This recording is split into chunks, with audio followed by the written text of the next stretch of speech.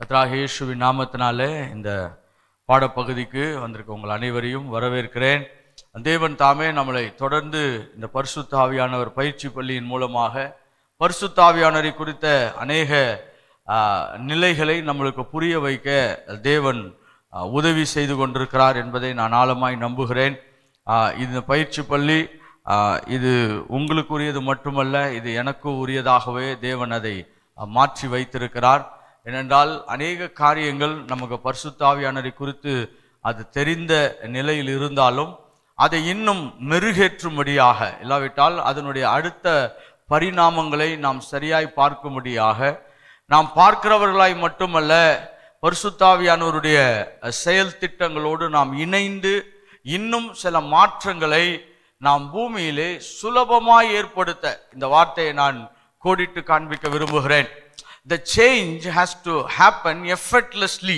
இதான் ரொம்ப முக்கியமானது. பாருங்க, இப்போ உலகமும் அநேக முயற்சிகளை செய்து கொண்டிருக்கிறது, உலகமும் அநேக முயற்சிகள் எடுக்கிறது. அவர்கள் கஷ்டப்படுவதை ஆழமாய் நம்புகிறார்கள், கடின உழைப்பை நம்புகிறார்கள். அவர்கள் தங்களுடைய தியாக நிலைகளை அதிகமாக ஆழமாக அதை செலுத்தி தான் வெற்றி பெற முடியும் என்று நம்புகிறார்கள். நாமும் தேவன் சொன்ன கடின உழைப்பை நம்புகிறோம். ஹல்லேலூயா. தேவன் சொன்ன திட்டவட்டமான வேலையை நம்புகிறோம். ஆனால் பதில்களோ அது எளிமையாய் வருவதற்கு உதவி செய்வதற்காய் தேவன் நம்மோடு கூட இருக்கிறார். ஆமென். To bring an effortless change, the Holy Spirit has an intimate fellowship with us. இப்போ நான் இதை பல ஆண்டுகளுக்கு முன்பாக சில மனிதர்களுக்கு சொல்லும் பொழுது அவர்கள் சிரித்தார்கள். அவங்க சொன்னாங்க, கஷ்டப்படாமல் எப்படி எல்லாம் மாறும். பாருங்க, கஷ்டப்படுறது ஒன்று, ஆனால் அந்த கஷ்டத்துக்கு மிஞ்சின பலன் கிடைப்பது தேவனால் ஏற்படுத்தப்படுகிறது. ஹல்லேலூயா. நாம் சிறிய முயற்சிகள் எடுக்கலாம், சில வேளையிலே பயணங்கள் கஷ்டமாக இருக்கலாம், நம்முடைய முயற்சிகள் கொஞ்சம் கஷ்டமாக இருக்கலாம். கடின உழைப்பு வேண்டாம் என்று வேதம் சொல்லவில்லை. ஆனால் பலனோ அந்த கடின உழைப்பினால் அல்ல, நம்மோடு கூட இணைந்து நமக்காக உதவி செய்யக்கூடிய பரிசுத்த ஆவியானவரினால் அது நிறைவேறும் என்பதை நான் ஆழமாய் விசுவாசிக்கிறேன். So effortlessly we will accomplish many things. நான் ஆழமாய் நம்புகிறேன். நம்முடைய ஊழியத்தில் கூட நாம் ஊழியம் செய்வதற்கு தியாக உணர்வுள்ளவர்களாய் இருப்பது நல்லது. ஆனால் ஊழியத்தின் பலன்களோ ஆவியானவர் நமக்கு சுலபமாய் தர விரும்புகிறவராய் இருக்கிறார். ஹல்லேலூயா. நம்ம ஒரு சின்ன ஜெபம் பண்ண உடனே சுகத்தை அவர் கொடுக்க விரும்புகிறவராய் இருப்பார். ஒரு நல்ல ஜெபத்தை பண்ண உடனே அங்க இருக்கக்கூடிய பிசாசின் பிடியில் இருக்க மக்கள் விடுதலையாக்கப்படுவது. இப்போ இதெல்லாம் ஹார்ட் ஒர்க்கா? இல்லை, இதெல்லாம் டிவைன் ஒர்க். ஹல்லேலூயா. தேவனுடைய பரிமாணங்களிலிருந்து நாம் அனுபவிக்கக்கூடிய சுலபமான வெற்றிகள் என்று நான் நம்புகிறேன். ஸோ பரிசுத்த ஆவியானவரை குறித்து நாம் இன்றைக்கு படிக்க போகக்கூடிய ஒரு முக்கியமான நிலை என்னவென்று சொன்னால், பரிசுத்த ஆவியானவர் அபிஷேகம், பரிசுத்த ஆவியானவர் தங்கி இருப்பது, பரிசுத்த ஆவியானவருடைய நிலைப்பாடுகள், இதில் ரெண்டை நாம் ரொம்ப முக்கியப்படுத்துகிறோம். வெளியரங்கமான பரிசுத்த ஆவியானவருடைய பலன், உள்ளான பரிசுத்த ஆவியானவருடைய பலன். இதற்கு ஆங்கிலத்தை சொல்லுவோம் the inner working of the Holy Spirit. the inner working, the Holy Spirit within. ஒரு மனிதனுக்குள்ளாக ஆவியானவர் இருப்பதும், ஒரு மனிதன் மேலே இருப்பதும், மனிதன் மேலே இருப்பது இல்லாவிட்டால் அவனை பலப்படுத்துவது, ஒரு சேவைக்காக அவனை பலப்படுத்துகிறார். The Holy Spirit upon is for the service. அது மற்றவர்களுக்காகவும் தேசத்துக்காகவும் மற்ற இனஜன மக்களுடைய நல்வாழ்வுக்காகவும் தேவன் நம் மீது இறங்கி பலப்படுத்துகிறவராயிருக்கிறார். ஆனால் நமக்குள்ளாய் இருக்கக்கூடிய பரிசுத்த ஆவியானுடைய கிரியைகள், the Holy Spirit within, நமக்குள்ளாய் என்ன செய்ய விரும்புகிறார் என்பதை நாம் தியானித்துக் கொண்டிருக்கிறோம். முதலாவது நான் சொன்ன கருத்து என்னவென்று சொன்னால், நம்மை சுத்தப்படுத்துகிறவராக, he is a purifier. என்ன சுத்தப்படுத்துகிறவராக இருக்கிறார்?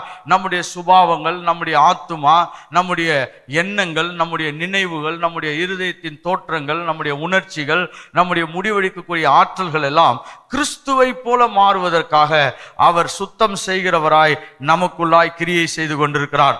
The Holy Spirit makes us more like Christ. அதுதான் உள்ளாக இருக்கக்கூடிய பரிசுத்த ஆவியானவர், உள்ளாக இயங்கக்கூடிய பரிசுத்த ஆவியானுடைய பலன், இல்லாவிட்டால் பரிசுத்த ஆவியானுடைய வல்லமை. the inner working of the Holy Spirit, or we call it is the power that works within us.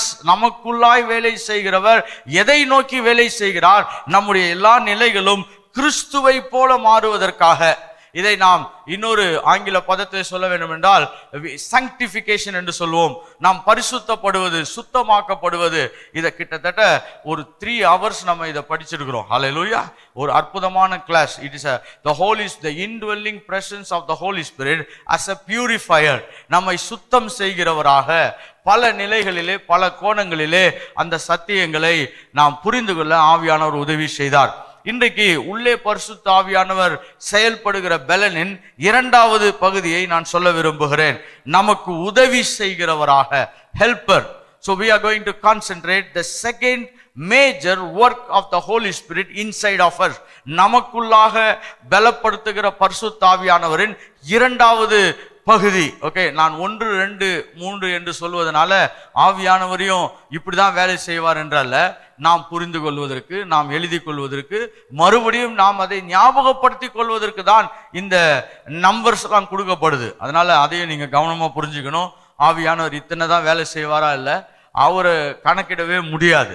I truly believe we cannot fathom. அதை நம்மளால் அந்த ஆழத்தையும் அகலத்தையும் உயரத்தையும் அதனுடைய முழு நிலைகளையும் நம்மளால் என்ன பண்ண முடியாது, நிச்சயமாய் கண்டுகொள்ள முடியாது. ஆனால் நம்ம என்ன சந்தோஷப்படலாம்னா, அந்தந்த காலகட்டங்களிலே அவ்வப்போது தேவைப்படுகிற தெய்வீக ஞானம் நமக்கு கிடைக்கும் என்று சொன்னால் அதுவே போதுமானது. ஹல்லேலூயா. If we get the enough knowledge for that relevant time, அன்றைக்கு குறிப்பிடப்படுகிற நிலைகளுக்கு நம்மளுக்கு தேவையான அளவு பரிசுத்த ஆவியானவரை குறித்த அறிவு கிடைக்கும் என்று சொன்னால் அதுவே போதுமானதுக்கு அதிகமானது. ஹல்லேலூயா.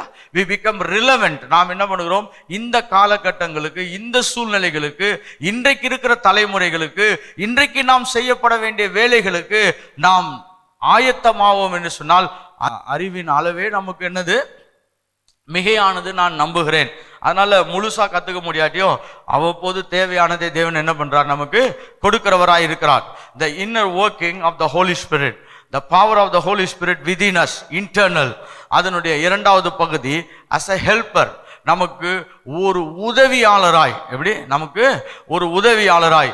இப்ப தமிழ்ல வாசிங்கன்னா தேற்றவாளன் என்று இருக்கிறோம். இதற்கு ஆதாரமாக நாம் 4 வசனங்களை நாம் படிக்க போகிறோம். ஏன்னா ஒரு ஷார்ட் ஸ்பேன் ஆஃப் டைம்ல பரிசுத்த ஆவியானவரை குறித்த ஆவியானவர் அவரை இந்த பூமியில் இருக்கும் பொழுது சீஷர்களுக்கு அறிமுகப்படுத்தும் பொழுது இந்த ஒரு வார்த்தையை அவர் தொடர்ந்தேர்ச்சியாக 4 முறை சொல்லி அவர்களுக்கு பரிசுத்த ஆவியானவரை அறிமுகப்படுத்தி இருக்கிறார். ஹல்லேலூயா. நம்ம அந்த கான்டெக்ஸ்ட்ல இருந்து நம்ம படிக்க போகிறோம். முதலாவது யோவான் 14ஆம் அதிகாரம் 16ஆம் வசனத்தை வாசிக்கலாம். John chapter 14 and verse 16. யோவான், நான் பிதாவை வேண்டிக் கொள்வேன்,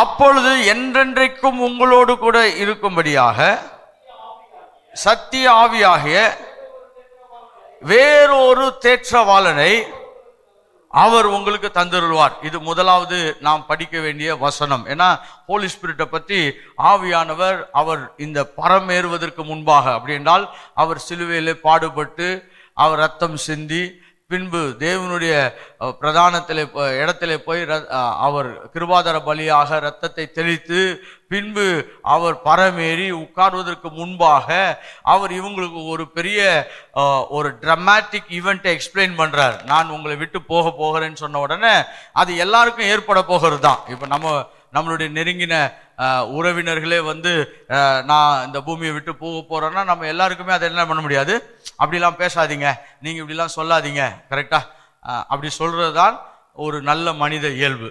இல்லை நானும் ரொம்ப நாளாக இதை தான் ஜெபம் பண்ணின்னு இருந்தேன், பரவாயில்ல நீங்கள் நல்ல முடிவு எடுத்திருக்கிறீங்கன்னு சொல்றது நேர்த்தியான மனித இயல்பு அல்ல. அதனால இயேசு நான் உங்களை விட்டு போகிறேன்னொன்னே அது ஏதோ எல்லா ஸ்டோரியும் முடிய போகுது.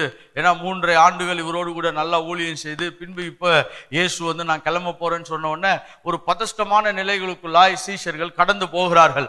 அது நல்ல நேர்த்தியான பதஷ்டம். இதை நம்ம பிற்போக்க கூட பார்க்கலாம். ஆனால் ஒரு இயல்பான மனித நிலையிலிருந்து பார்த்தீங்கன்னா நம்ம கூட இருக்கிற ஒரு நபர் நம்மளை விட்டு போக எத்தனைத்து அவர்கள் சில காரியங்களை சொல்லும் பொழுது அதை மனிதனா என்ன பண்ண முடியல, நம்மளால ஏற்றுக்கொள்ள முடியாது. அதனால இயேசு இவர்களுக்கு பெரிய விளக்க உரையை கொடுக்க விரும்புகிறார். அதனால 14, 15, 16ல நீங்க ஹோலி ஸ்பிரிட்டை பத்தி நிறைய ஆவியானவர் என்ன பண்ணியிருப்பாரு, சீஷர்களுக்கு இன்ட்ரடியூஸ் பண்ணியிருப்பாரு. அப்ப நான் பிதாவை வேண்டிக் கொள்வேன், அப்பொழுது என்றென்றைக்கும், அப்படி என்றால் முதலாவது நான் ஒரு குறிப்பிட்ட அளவுதான் உங்களோடு கூட என்ன பண்ண போறேன், my period in this earth, இந்த பூமியில நான் என்றென்றைக்கும் சதா காலங்கள் உயிரோடு இருக்கிறேன், அது வேற விஷயம். That is talking about the divinity. But the earthly ministry, இந்த பூமிக்குரிய அளவான வாழ்க்கையிலே நான் என்ன பண்ண போகிறேன், உங்களோடு கூட கொஞ்ச நாள் தான் என்ன பண்ண போகிறேன், நான் இருக்க போகிறேன். ஆனா நான் சொல்ல போகிற இந்த திருத்துவத்தின் நபரானவர் உங்களோடு கூட என்றென்றைக்கு இருக்கும்படியாக. ஹல்லேலூயா. ஸோ ஹோலி ஸ்பிரிட்னுடைய மினிஸ்ட்ரி பார்த்தீங்கன்னா அன்டில் த எண்ட்னு சொல்லலாம். அது மனித வாழ்வு நிறைவு பெறும் வரைக்கும் பரிசுத்த ஆவியானுடைய வேலை என்ன பண்ண போகிறது, பூமியிலே நடக்க போகிறது என்பதை அவர் ஞாபகப்படுத்துகிறார். அப்பொழுது நான் என்றென்றைக்கும் உங்களோடு கூட இருக்கும்படியாக, that means to somebody to be with you, somebody to be abiding with you. அவர் எப்பொழுதுமே உங்களோடு கூட இருக்கும்படியாக. இப்ப இயேசு ஆண்டவர் கடந்து போகிறார். அதனால அவர் சொல்றாரு, நான் போகிறேன், ஆனா உங்க கூட எப்பயுமே இருக்கக்கூடிய ஒரு நபரை நான் என்ன பண்ண போறேன், உங்களுக்கு பிதாவின் இடத்துல வேண்டிக் கொள்ள போகிறேன். அப்பொழுது சத்திய ஆவியானவர் வேறொரு தேற்றவாளனை அவர் உங்களுக்கு என்ன பண்ணுவார், தந்தருள்வார். It is going to be given by the Father. பிதாவானவர் தரப்போகிறார். நான் பிதாவை வேண்டிக் கொள்வேன், இங்கிலீஷ்ல அப்படிதான் இருக்குது. and I will pray the Father and he will give you another comforter. நான் ஒரு தேற்றவாளன். நான் ஒரு சில டிரான்ஸ்லேஷன் கம்ஃபர்டர்னு இருக்கும், ஒரு சில டிரான்ஸ்லேஷன்ல ஹெல்ப்பர்னு இருக்கும். ஆனால் இது எல்லாத்தையும் மொத்தமாக நம்மளுக்கு கொடுப்பதுக்கு ஆம்பிளிஃபைட் பைபிள்னு ஒன்று இருக்குது. அவங்க 7 வார்த்தை யூஸ் பண்ணியிருக்காங்க, ரொம்ப அருமையான வார்த்தைகள். நீங்கள் பரிசுத்த ஆவியானவர் குறித்து அந்த ஆம்பிளிஃபைட் பைபிளில் போய் படிச்சீங்கன்னா 7 முக்கியமான வார்த்தைகளை அவர்கள் பயன்படுத்துகிறார்கள். 7மே ரொம்ப அவசியமானது. அந்த 7 வார்த்தையை நல்லா தியானம் பண்ணாவே ஆவியானவரை குறித்து இயேசு என்ன சொல்ல வந்தார் என்பது நம்மளுக்கு நல்லா புரிஞ்சிடும். அதுல அவங்க சொல்ல வருகிறது என்னன்னா, நம்ம கம்ஃபர்டர் என்று சொல்லி ஒரு வார்த்தையை பயன்படுத்துறோம். ஆம்பிளிஃபைட் பைபிள்ல கவுன்சிலர், நல்ல ஒரு ஆலோசகரை கொடுப்பேன் அப்படின்னு சொல்லுது. ஹெல்ப்பர், உதவியாளரை கொடுப்பேன். இன்டர்செசர், உங்களுக்காய் பரிந்து பேசுகிறவரை கொடுப்பேன். எப்படி? கவுன்சிலர், ஹெல்ப்பர், அப்புறம் இன்டர்செசர். ஓகே, அடுத்தது அட்வொகேட் என்று சொல்லி இருக்குது. உங்களுக்காய் வழக்காடுகிறவர், உங்களுக்காய் என்ன பண்ணுகிறவர், வழக்காடுகிறவர். அதையும் ஆம்பிளிஃபைட் பைபிள்ல கம்ஃபர்டருக்கு அந்த ஒரிஜினல் மொழியாக்கத்தில் இருக்கக்கூடிய கருத்துக்களை விளக்குவதற்காக ஒரு சினானிமிக்கல் நேம்ஸ் என்று சொல்வோம், ஒத்த வார்த்தைகளை நமக்கு விளக்க விரும்புகிறார்கள். அடுத்தது ஸ்ட்ரென்தனர், அப்படி என்றால் நம்மளை பலப்படுத்துகிறவர், நம்மளை என்ன பண்ணுகிறவர், பலப்படுத்துகிறவர். அடுத்தது பார்த்தீங்கன்னா ஸ்டாண்ட் பை, எப்பயுமே நம்ம கூட நிற்கிறவர். எப்படி? எப்பயுமே நம்ம கூட நிற்கிறவர். ஓகே, இது அவங்க பிராக்கெட்ல கொடுத்த 6 வார்த்தைகள். அதுல கம்ஃபர்டர் என்பது பிராக்கெட்டுக்கு வெளியில் இருக்கும். ஸோ 7 பதங்களை வைத்து ஆவியானவரை என்ன பண்றாங்க, நமக்கு ஆம்பிளிஃபைட் பைபிள் விளக்குறது. இயேசுவும் அதை தான் சொல்ல வந்திருக்கிறார். ஏன்னா இவங்களுக்கு இப்ப ஒரு தேற்றவாளன் பாருங்க, இந்த பூமியில ஒவ்வொரு மனிதனுக்கும் தேற்றவாளன் என்பவர் வெவ்வேறு நிலைகளிலே தேவைப்படுகிறவராயிருப்பார். கரெக்டா? தேற்றவாளன் எப்படி தேவைப்படுவாரு, நான் இதை படிக்கும் பொழுது இப்படி புரிஞ்சுக்கிறேன் பாருங்க. ஒவ்வொரு நிலையிலும் தேற்றவாளன் எப்படி தேவைப்படுவாரு, வெவ்வேறு நிலையில தேவைப்படும். கரெக்டா? இப்போ ஒரு சிலர் பாருங்க, அவங்களுக்கு தேற்றவாளன் என்பவர் எப்படின்னா, இவங்களுக்கு கேட்கிறப்பெல்லாம் பணம் கொடுக்கிறவர் தேற்றவாளன். எப்படி? கேட்கிறப்பெல்லாம் பணம் கொடுக்கிறவர் தேற்றவாளன். ஒரு சிலருக்கு எப்படின்னா, எப்ப பார்த்தாலும் அழுவும் போது சாஞ்சு அழுவுறதுக்கு ஒரு ஆள் தேவைப்பட்டா அவங்களுக்கு யாரு, அது தேற்றவாளன். அப்புறம் இவங்க சில வேளை துக்கமா தனிமையா உணரும் பொழுது பேசுறது ஒருத்தர் கிடைச்சிட்டா அவர் யாரு, தேற்றவாளன். அவருக்கு காசு தேவையில்லை, அவருக்கு அழுவுறதுக்கு சாயறதுக்கு தோல் தேவையில்லை, ஆனா பேசுறதுக்கு ஒரு ஆள் என்னது தேவை. So comforter can be in different forms. அவங்களுக்கு இந்த உதவியாளர் என்பவர் பல நிலைகளிலே தேவைப்படலாம். எப்படி? ஒரு சிலருக்கு பாருங்க, கம்ஃபர்டர் என்பது எப்படி இருக்குன்னா, இவங்க கடின உழைப்பாளிகளா இருக்கலாம். அப்போ ஒரு கடின சரீர உழைப்பை செய்யும் பொழுது யாராவது ஒருத்தர் கூட நின்றுட்டாங்கன்னா அது ஒரு பெரிய தேற்றவாளர் உணவு என்ன பண்ணும், பரவாயில்ல பிரதர், என் கூட வந்தீங்க, எனக்கு ஒரு கை கொடுத்தீங்க. நான் இந்த பைபிள் காலேஜில் எனக்கு தேற்றவாளன் என்று சொல்லுவது என்னன்னா, எனக்கு இந்த பிசிக்கலா யாராவது ஹெல்ப் பண்ண வந்தாங்கன்னா ரொம்ப சந்தோஷமா இருக்கும். ஏன்னா நிறைய வேலைகளை நான் யாருடைய உதவி இல்லாம செய்திடலாம், ஆனா இந்த பிசிக்கலா இந்த ஸ்ட்ரக்சரை மெயின்டைன் பண்றது ரொம்ப சவாலா இருக்கும் பாருங்க. அப்ப எனக்கு பிசிக்கலா ஒருத்தர் வர்றது எனக்கு என்னவா இருக்கும், ஒரு கம்ஃபர்டரா இருக்கும். கரெக்டா? இப்போ ஒரு சிலருக்கு எப்படின்னா அவங்களுக்கு எல்லாமே பிசிக்கலுக்கெல்லாம் ஆள் இருப்பாங்க, உட்கார்ந்து கூட இருந்து பேசுறதுக்கு என்ன பண்றது? ஒருத்தர் இல்லாத பொழுது அது ரொம்ப பெரிய சவாலா இருக்கும். நாங்க சில வேளை ஒரு சிலரை சந்திக்கிறோம் பாருங்க, அப்போ பார்த்தீங்கன்னா அவங்களுக்கு ஒரு பெரிய தனிமை உணர்வு இருக்கும். எப்படின்னா பேச ஆரம்பிச்சாங்கன்னா நம்மளை விட மாட்டாங்க. அப்படின்னா என்ன அர்த்தம்னா அவருக்கு கம்ஃபர்டர் என்னது, ஒரு ஒரு பேச்சு தொடர்பாளர் தேவைப்படுகிறார். So comforter maybe in different forms. இப்போ வீட்டில் இருக்க பெண்களுக்கு கம்ஃபர்டர் அப்படின்னா என்னன்னா வீட்டு வேலையெல்லாம் செய்யறதுக்கு ஒருத்தர் தேவைப்படுறவங்களா இருப்பாங்க. இல்லாட்டி ஒரு சிலருக்கு வண்டி ஓட்டுறதுக்கு ஒரு ஆள் தேவைப்படுறாங்க. ஸோ கம்ஃபர்டர் என்பது எல்லா நிலைகளிலுமே நம்மளை கம்ஃபர்டபுளா வைக்கக்கூடியவங்க. எப்படி நம்மளை கம்ஃபர்ட் தேற்றவாளனாய் வைக்கக்கூடியவர்கள். அதனாலதான் நான் நினைக்கிறேன் இந்த ஆம்பிளிஃபைட் பைபிள் முடிஞ்ச அளவு விளக்குவதற்கு பல வார்த்தைகளை சொல்லி இருக்குது. ஒரு கவுன்சிலர், நல்ல ஆலோசகர்கள், நல்ல உதவியாளர்கள், நல்ல பரிந்துரை செய்கிறவர்கள், நல்ல அட்வொகேட் அப்படின்னா வழக்காடுகிறவர். நமக்காக ஒரு இடத்துல போய் நின்று இல்லைங்க அவர் நல்லவருங்க, நீங்க அப்படிலாம் அவரை பத்தி தப்பா யோசிக்காதீங்க, உங்களுக்கு நான் சாட்சி சொல்றேன் அவர் நல்லவர் என்று சொல்லி நமக்காக வழக்காடுகிறவர், நம்மளை ஸ்ட்ரென்தன் பண்ணுகிறவராக.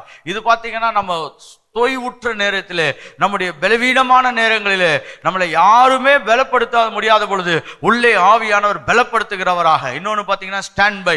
ஏன்னா இந்த ஸ்டாண்ட் பைன்ற வார்த்தை இந்த சீஷர்களுக்கு ரொம்ப ரொம்ப அவசியமா இருந்தது. ஏன்னா இவங்க எல்லாத்தையும் விட்டுட்டு சதுசேர் பதுசேர் வேத பாடகர்களெல்லாம் பகைச்சு இவங்க ஒரு 3.5 வருஷம் ஊழியம் செய்துட்டாங்க. இப்படி எதிர் டீமே என்ன பண்ணிட்டாங்க, இயேசு திட்டினா இவங்களும் சேர்ந்து திட்டின மாதிரி தானே. எப்படி இப்போ பாருங்க, எல்லாமே ஒரு எதிர்மறையா அந்த காலத்துல இருந்த பிரபலமான கேங் லீடர்ஸ்க்கெல்லாம் எதிர்த்து இயேசு என்ன பண்ணிருக்கிறாரு, ஸ்பிரிச்சுவல் கேங் லீடர்ஸ் எல்லாம் எதிர்த்து வேலை செய்துட்டாரு. இப்போ என்ன சொல்றாரு லீடரு, நான் உங்களை விட்டுட்டு போறேன்றாரு. இவனுக்கு எவ்வளவு டென்ஷன் ஆகும்.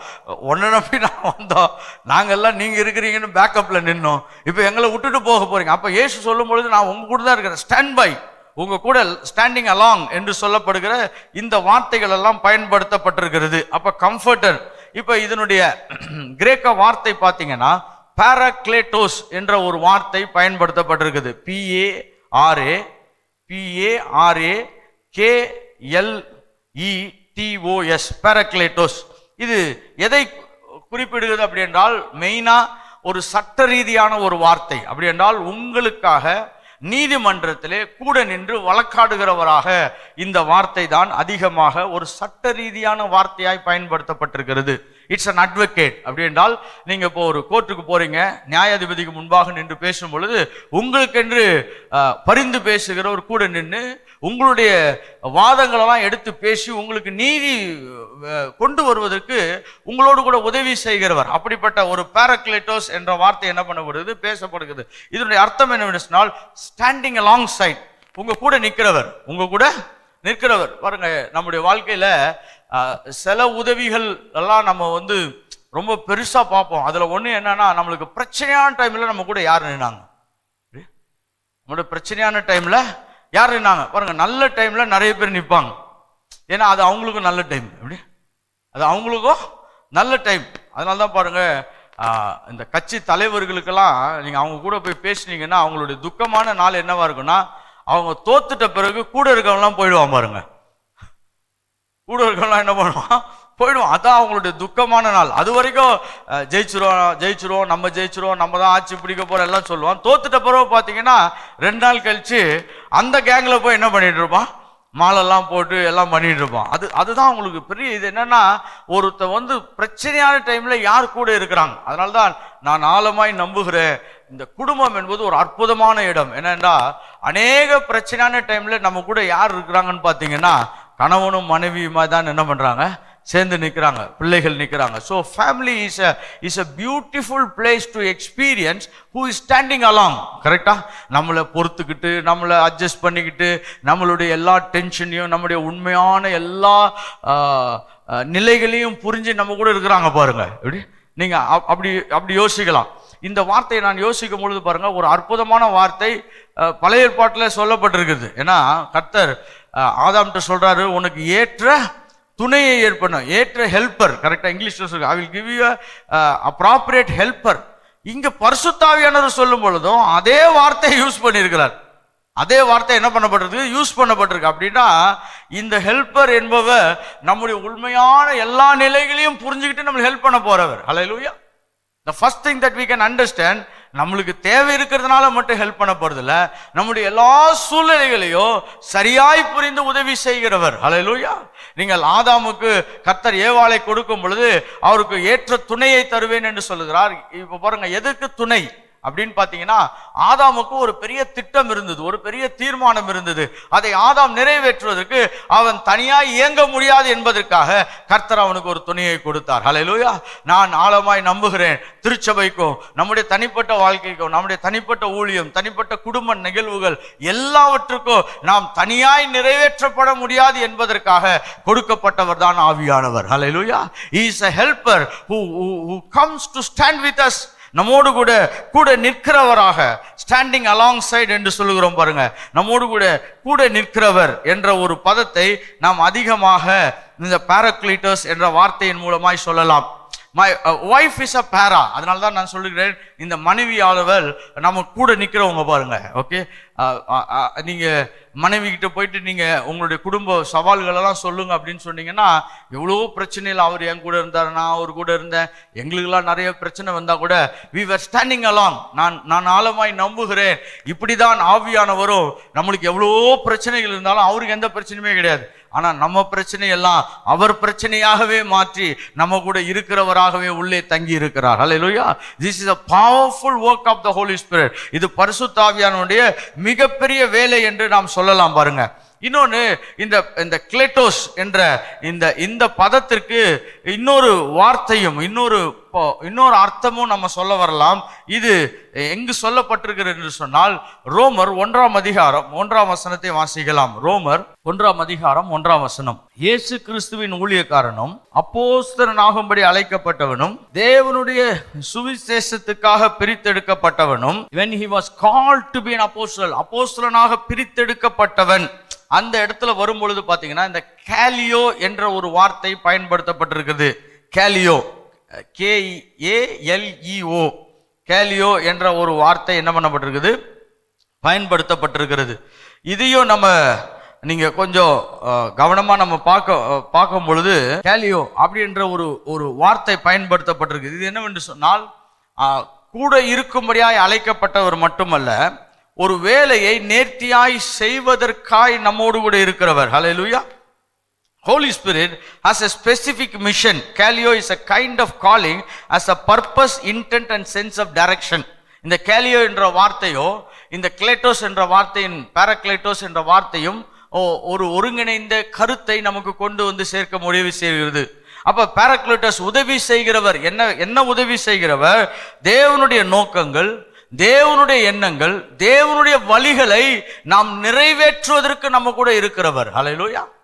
தேவனுடைய நோக்கங்கள், தேவனுடைய எதிர்பார்ப்புகள், இன்டென்ட், அவர் சில காரியங்கள் எதிர்பார்க்கிறார், சில வழிமுறைகள் எல்லாவற்றையும் நமக்கு கொண்டு வந்து சேர்க்கக்கூடியவராய், கால்ட் அவுட் அப்படி என்றால் அழைக்கப்பட்டவர்கள் என்று சொல்லப்படுவது மட்டுமல்ல, ஏதோ ஒரு நோக்கத்துக்காக அழைக்கப்பட்டிருக்கிறோம், அதற்காக தேவன் நம்மோடு கூட இருக்கிறவர். அந்த கேலியோஸ் என்ற அந்த கிரேக்க வார்த்தை KALEO, இதுவும் the Holy Spirit has been called for a specific purpose, has been called for some specific purpose என்று சொல்லுகிறோம். அப்ப நமக்கு ஒன்று புரியுது பாருங்க, ஹெல்ப் பண்றது ஒன்று, நமக்கு ஒரு அட்வொகேட் மாதிரி நம்ம கூட இருந்து நம்மளுக்கு அநேக வேலைகளை ஆலோசனை கொடுத்து நம்மளை பலப்படுத்தி நமக்காக மன்றாடுகிறது செய்கிறது மட்டுமல்ல, நம்முடைய நோக்கங்களையும் நமக்காய் தேவன் வைத்திருக்கிற திட்டங்களையும் நமக்காக தேவன் வைத்திருக்கிற எதிர்பார்ப்புகளுக்கு நேராக நம்மளை கொண்டு போய் சேர்க்கும்படியாய் உதவி செய்கிறவர். ஹல்லேலூயா. The help and the helper is something that brings forth the divine ordinances into our life. தேவனுடைய தீர்மானங்கள், தேவனுடைய திட்டங்களை இந்த பூமியிலே கொண்டு வந்து சேர்ப்பதற்காக. அதனால்தான் ஒரு ஹெல்ப் என்னன்னா, இட் இஸ் so personal. இன்னொரு ஹெல்ப் என்னன்னா, தேவனுடைய தீர்மானங்களை பொறுப்புள்ளவர்களாய் நாம் பூமியில் நிறைவேற்றுவதற்கான ஒரு ஹெல்ப்பா ஆவியானவர் நமக்குள்ள என்ன பண்ணி கொண்டிருக்கிறார், இணைந்து வேலை செய்து கொண்டிருக்கிறார். சோ பரிசுத்த ஆவியானவர் கொடுக்கப்பட்டதின் ஒரு மாபெரும் நோக்கம், உள்ளாக வேலை செய்யக்கூடிய பரிசுத்த ஆவியான நோக்கம், the great helper. ஓகே, இந்த ஹெல்ப்புக்கு ஒரு ஒரு பழைய பாட்டில் ஒரு சின்ன வசனத்தை நான் வாசிக்க விரும்புகிறேன். 2 ராஜாக்கள் 6ஆம் அதிகாரம் 27வது வசனம். 2 ராஜாக்கள் 6ஆம் அதிகாரம் 26, 27 வாசிக்கலாம். இஸ்ரவேலின் ராஜா அலங்கத்தின் மேல் நடந்து போகையில் ஒரு ஸ்திரீ அவனை பார்த்து கூப்பிட்டு, ராஜாவாகிய என் ஆண்டவனே ரட்சியும் என்றால். பாருங்க, ஒரு ராஜாவை பார்த்து ஒரு ஸ்திரீ கத்தா, எங்களை காப்பாத்துங்க, எங்களை என்ன பண்ணுங்க, ரட்சியுங்க அப்படின்னு ஒரு ராஜாவிட்ட ஒரு பெரிய வேண்டுதலை அவள் வைக்கிறாள். she is keeping a great request. ஏன்னா தேசத்துல ஒரு பஞ்சம் ஏற்பட்டிருக்கிறது. ஒரு ஒரு ஒரு ஒரு நிலைவரமான ஒரு நிலையை ராஜாவே என்ன பண்ணுங்க, எப்படியாவது கொண்டு வாங்கன்னு கேட்கிறான். இப்ப இந்த ராஜா என்ன பதில் சொல்றாரு பாருங்க, 27ஆம் வசனம். அதற்கு அவன், கர்த்தர் உன்னை ரட்சிக்காதிருந்தால் நான் எதிலிருந்து எடுத்து உன்னை ரட்சிக்கலாம். பாருங்க, இங்க எல்லாமே ரட்சிப்பு ரட்சிப்புன்னு தமிழ்ல வந்திருக்குது. நான் ஆங்கிலத்தில் வாசிக்கிறேன். ஒரு அருமையான வார்த்தை பயன்படுத்தி, he said, if the Lord do not help thee, உனக்கு ஆண்டவர் உதவி செய்யாவிட்டால். எப்படி? உனக்கு ஆண்டவர் உதவி செய்யாவிட்டால். இங்கு ஆண்டவர் ரட்சிக்காவிட்டால் இருக்குது. அது நல்ல ஒரு தமிழ் மொழியாக்கம். ஆனால் நம்ம இன்னும் நல்லா புரிஞ்சுக்கிறதுக்கு ஆங்கிலத்தில் இந்த என்ன வார்த்தை யூஸ் பண்ணிக்கிறாங்கன்னா, if God does not help. ஏன் என்று சொன்னால், நான் ராஜாவா இருக்கலாம், நான் இந்த பூமிக்கு ஒரு அதிபதியாக இருக்கலாம், அநேக ஆளுமைகள் எனக்கு கையில் இருக்கலாம், ஆனால் ஹெல்ப் என்னால் என்ன பண்ண முடியாது, செய்ய முடியாது. ஏன் செய்ய முடியாது? நான் சொல்றாரு, if Lord to not help the where shall I help thee? ஏன்னா எனக்கே உதவி செய்கிறவர் தேவன். நம்ம இதுல ஒண்ணு நல்லா புரிஞ்சுக்கணும் பாருங்க, இந்த பூமியில் இருக்கிற எல்லா உதவிகளுமே எல்லாத்துக்குமே ஒரு லிமிட்டேஷன்ஸ் இருக்குது. we have a limited resource help. எப்படி? இந்த பூமியில என்ன உதவி எந்த மனிதன்கிட்ட இருந்து வந்தாலும் அவங்க எல்லாருக்குமே என்ன இருக்குது, ஒரு லிமிட்டட் ரிசோர்ஸ் தான் இருக்குது. அதனால்தான் நான் விசுவாசிக்கிறேன், ஆவியானவர் நமக்கு கொடுக்கப்பட்டது என்னன்னா, ஒரு அன்லிமிட்டெட் ரிசோர்ஸா நமக்கு தேவன் கொடுத்து வைத்திருக்கிறார். The help is a unlimited resource, an unlimited measure என்று சொல்லலாம். ஏன்னா the mortal beings cannot help beyond certain limits. அதனால்தான் ராஜா சொல்றான், எனக்கே உதவி கர்த்தர் செய்யலன்னா என்னால் என்ன பண்ண முடியாது, செய்ய முடியாது. நான் விசுவாசிக்கிறேன், இந்த நாட்களிலே நம்ம ஒவ்வொருவருக்கும் மனித உதவிகள் அளவுக்கு உட்பட்டவைகள், ஆனால் அளவு கடந்த பரிசுத்த ஆவியானவருடைய உதவி நம்ம ஒவ்வொருடைய வாழ்க்கையிலும் ஒவ்வொரு நாளும் வெளிப்படுவதாக. ஹல்லேலூயா. let God helps beyond every human measures. மனித அளவுகளை எல்லாவற்றையும் தாண்டி ஆவியானுடைய அளவுகளிலே தேவன் நமக்கு உதவி செய்வாராக. இப்ப சில கேள்விகள் நான் உங்களுக்கு அந்த கேள்விகளையும் சொல்லி அதனுடைய காரியங்களை ஞாபகப்படுத்த விரும்புகிறேன். ஏன் பரிசுத்த ஆவியானவர் உதவி செய்கிறவராக நமக்கு தேவைப்படுகிறார்? ஃபர்ஸ்ட் நம்ம இதை கேட்கணும் பாருங்க. பரிசுத்த ஆவியானவர் உதவி செய்வார், ஓகே, என்னென்ன உதவி செய்வார்லாம் நம்ம படிக்க போறோம். ஆனா முதலாவது ஏன் உதவி செய்ய வேண்டிய ஒரு அவசியம் இருக்கிறது? Okay, what was in the mind of God when Jesus said, I will pray and I will ask the Father to send the Holy Spirit? இயேசு என்ன யோசித்திருக்கலாம்? எப்படி? இயேசு என்ன யோசித்திருக்கலாம்? Okay, what did he try to accomplish? இப்ப பரிசுத்த ஆவியானவரை உங்களுக்கு அனுப்ப நான் ஜெபிக்க போகிறேன் என்று இயேசு சொல்லும் பொழுது அவர் எதை யோசித்திருக்கலாம்? ஏன்னா இப்போ நமக்கு இன்னைக்கு 2000 வருஷத்துக்கு அப்புறம் படிக்கிறப்ப அது ரொம்ப ஈஸியா இருக்குது. ஏன்னா பாருங்க, மரித்து ஒருத்தர் நம்மளுக்கு ரொம்ப பிடித்தமானவர்கள் கூட இந்த பூமியை விட்டு காலத்துக்கு முன்பாகவே சென்றுட்டாங்கன்னா நம்மளுக்கு கொஞ்சம் வருத்தமா இருக்கும். ஆனா அதே இது ஒரு 10 வருஷம் ஆயிடுச்சுன்னு வச்சுக்கோங்களேன், அது நம்மளுக்கு ரொம்ப பெருசா என்ன பண்ணாது, ரொம்ப காயங்களையோ கண்ணீர்களையோ ஏற்படுத்தாது. அது மாதிரி இது 2000 வருஷத்துக்கு முன்னாடி சீஷர்களுக்கு நடந்திருக்குது. அதுவும் நம்மளுக்கு தெரிஞ்சவங்களுக்கு நடக்கல. நம்மளை யாருன்னே தெரியாதவங்க, நம்மளுக்கு யாருன்னு தெரியாது, அவங்களுக்கும் நம்மளை யாருன்னே தெரியாது. அதனால இது ஒரு தொலை தூர உறவா இருப்பதனால இதனுடைய தாக்கம் நம்மளுக்கு பெருசா தெரியாம இருக்கலாம். அதனால இன்னைக்கு படிக்கும் பொழுது அது ரொம்ப எளிமையான மாதிரி இருக்கலாம்.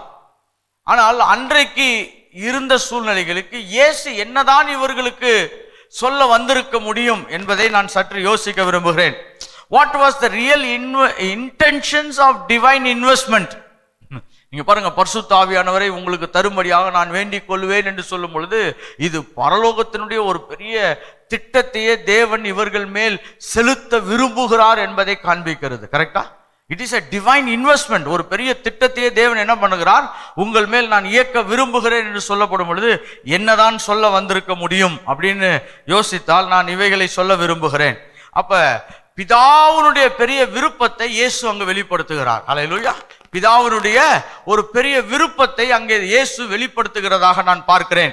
By sending Holy Spirit, God himself came to dwell among us. அப்படின்றால் பரிசுத்த ஆவியானவரை இந்த பூமிக்கு அனுப்புவதன் மூலமாக பிதா அவர் திருத்துவத்தில் ஒரு நபரானவரை தேவனாகவே இந்த பூமியில் வந்து உங்களோடு வாசம் செய்ய பிதா விருப்பம் உள்ளவர் என்பதை காண்பிக்க விரும்புகிறார். அல்லேலூயா.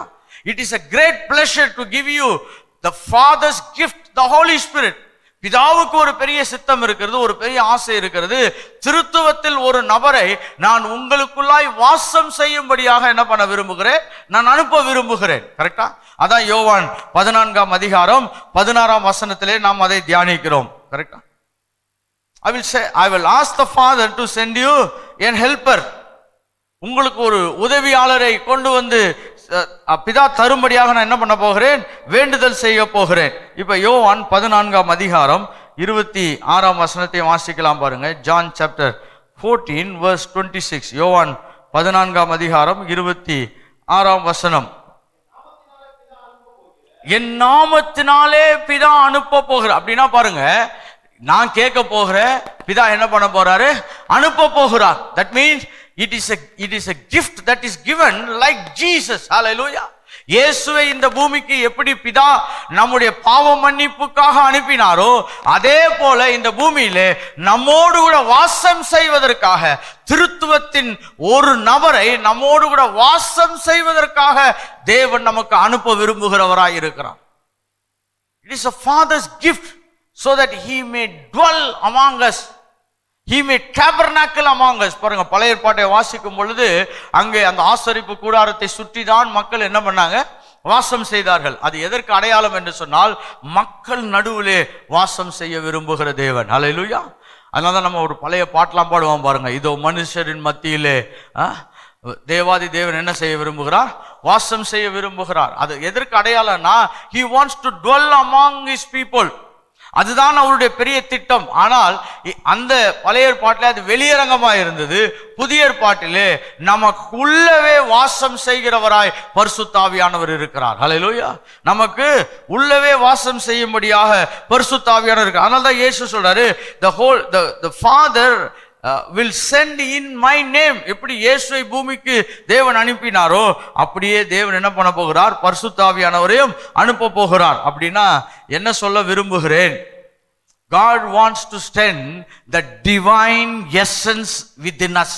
நமக்குள்ளாக தெய்வத்துவத்தின் மகத்துவங்களையே அனுப்ப தேவன் சித்தம் உள்ளவராய் இருக்கிறார். ஹல்லேலூயா. இப்போ அது ஒரு பெரிய மாற்றம் என்னவென்று சொன்னால், அன்றைக்கு இயேசு இருக்கும் பொழுது அவர் வெளியில இருந்தார். அவர் என்னவா இருந்தாரு, வெளியில இருந்தார். ஆனால் தான் இயேசு சில வார்த்தைகளை நம்ம இங்க வாசிக்கும் பொழுது பாருங்க, யோவான் 16ஆம் அதிகாரம் 7ஆம் வசனத்தை வாசிக்கலாம் பாருங்க. John chapter 16 verse 7. John, நான் உங்களுக்கு உண்மையை சொல்லுகிறேன், நான் போகிறது உங்களுக்கு என்னவா இருக்கும், பிரயோஜனமா இருக்கும். பாருங்க, இதை ரொம்ப மேற்கோள் காட்டி பாடணும். ஏன்னா இயேசு சொல்றாரு, நான் போறது உங்களுக்கு என்னவா இருக்கும், ஹைலி பெனிஃபிஷியல். ஏன்னா நான் உங்களுக்கு வெளியில இருக்கிற ஒரு ஹியூமன் லிமிடேஷன்ஸோட இருக்கிறேன். I am God but I am in the human limitation form. நான் ஒரு மனித அளவுக்கு உட்பட்டு அந்த திட்டத்திலே பூமியிலே உங்களோடு கூட இருக்கிறேன். நான் இன்னைக்கு யோவானோட இருந்தேன்னா யாக்கோபோடு இருக்க முடியாது, யாக்கோபோடு இருந்தேன்னா என்ன பண்ண முடியாது, பேதுருவோடு இருக்க முடியாது. இப்படி நான் ஒவ்வொருத்தரோட என்ன பண்ணணும், அந்திரேயாவோட இருக்க முடியாது. I have lot of human limitation. நான் கப்பர்நகூமில் இருந்தேன்னா நாசரத்தில் இருக்க முடியாது, நாசரத்தில் இருந்தேன்னா கலிலேயாவில் இருக்க முடியாது. I have all the human limitation. ஆனால் நாள் ஒன்று வருகிறது, நீங்கள் எல்லாரும் வெவ்வேறு திசைகளிலே இருக்க போகிறீர்கள், வெவ்வேறு நிலைகளிலே இருக்க போகிறீர்கள். எனக்கு இப்ப நான் உங்களுக்கு உதவி செய்கிறதை காட்டிலும் எனக்கு பின்பாக வருகிறவர் உங்களுக்கு ஒரு பெரிய உதவியாளராக இருப்பார் என்று சொல்லி தேவன் அங்கு அவர்களுக்கு ஞாபகம் படுத்துகிறார். the divine essence, தெய்வத்துவத்தின் மகத்துவங்கள் உங்களுக்குள்ளாய் வாசம் செய்யும். அவன் யோசித்து பாருங்க. அதனால்தான் இன்னைக்கு நம்முடைய மனநிலைகள்ல பெரிய மாற்றம் தேவை. we need a paradigm shift. என்னன்னா, we have the same essence of God living inside of us. Hallelujah. தேவத்துவத்தின் மகத்துவங்களின் ஒரு தன்மையும் குறையாத, ஒரு நிலைகளிலும் மாறுபடாத, ஒரு மாற்றமும் இல்லாத அதே வல்லமையுள்ள ஆவியானவர் உங்களுக்குள்ளாகவும் எனக்குள்ளாகவும் வாசம் செய்து கொண்டிருக்கிறார். The same essence, God is in us. தேவன் உள்ளே இருக்கிறார், வாசம் செய்து கொண்டிருக்கிறார். அதனால்தான் பரிசுத்த ஆவியானவர் உள்ளே இருப்பது என்பது தெய்வத்துவத்தின் மகத்துவம். that means the divine essence is inside of us. அதனால்தான் நான் விசுவாசிக்கிறேன். இப்ப இயேசு அவர்களுக்கு சொல்லுகிறார், நான் போவது உங்களுக்கு என்னவா இருக்கும், பிரயோஜனமா இருக்கும். இப்ப நான் வெளியில இருக்கிறேன், ஆனா வருகிறவர் என்னை போலவே. ஏன்னா அங்க சொல்லப்படுவது பாருங்க, he is not a different kind of comforter. அவர் வேற ஒரு கம்ஃபர்டர் கிடையாது. என்னை போலவே உதவியாளரை தேவன் உங்களுக்கு தரப்பிதா உங்களுக்கு அனுப்ப போகிறார். அவர் உங்களுக்குள்ளாக இருக்க போகிறார். it is an undimensional benefit that you are going to have. Hallelujah. அளவு கடந்த பரிமாணங்களுக்கு மேலான ஒரு மகத்துவம் உள்ள ஆவியானவரை நீங்கள் என்ன பண்ண போகிறீர்கள், பெற்றுக்கொள்ள போகிறீர்கள். பாருங்க, இதெல்லாம் புரிந்த பெந்தேகோஸ்து சபைதான் தேசத்தை கலக்கி கொண்டிருக்கிறது. Hallelujah. It is not God somewhere, it is God inside of us. The very essence of God is being shared. பாருங்க, இது சம்பவத்தை சொல்ல விரும்புகிறேன். ஸ்மித் விகில்ஸ்வர்த் கிட்ட அவங்க இப்படி ஒரு சம்பவத்தை சொன்னாங்களா, பிரான்ஸ் தேசம் முழுவதையும் உங்களுக்கு கொடுத்தால் அதை குறித்து நீங்க என்ன நினைக்கிறீங்க அப்படின்னு சொன்னோன்னா, அவர் சொன்னாராம், இந்த முழு பிரான்ஸ் தேசத்தையும் நீங்க எனக்கு நித்தியமா கொடுத்தாலும் அதை விட ரொம்ப மகிமையான ஒன்றை தான் நான் நாடுகிறேன். அது என்னவென்று சொன்னால், எனக்குள்ளாய் தங்கி இருக்கிற பரிசுத்த ஆவியானவர் 5 நிமிடம் என்னோடு கூட பெரிய தொடர்பு வைப்பார் என்றால் இவை எல்லாவற்றையும் காட்டிலும் அது பெரியதுன்னு சொன்னாராம். இங்கிலீஷ்ல சொல்றார் பாருங்க Smith விகில்ஸ்வர்த், even if you give the whole France eternally, it will never compare to the 5 minutes of the Holy Spirit indwelling in me. எப்படி 5 நிமிடம் எனக்குள்ளாய் இருக்கக்கூடிய பரிசுத்த ஆவியானவருக்கு ஈடாக இந்த முழு பிரான்ஸ் தேசமும் நித்தியமாய் எனக்கு கொடுக்கப்பட்டாலும் அது ஈடாகாதுன்னு இருக்கார்.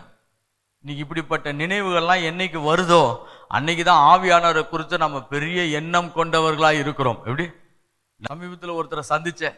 அப்போ அவர் கூட பேசிட்டு இருக்கும் பொழுது இன்னொரு ஊழியக்காரரை குறித்து நான் கேட்க வேண்டியதாக இருந்துச்சு. ஏன்னா அவர் எனக்கு தெரியும்.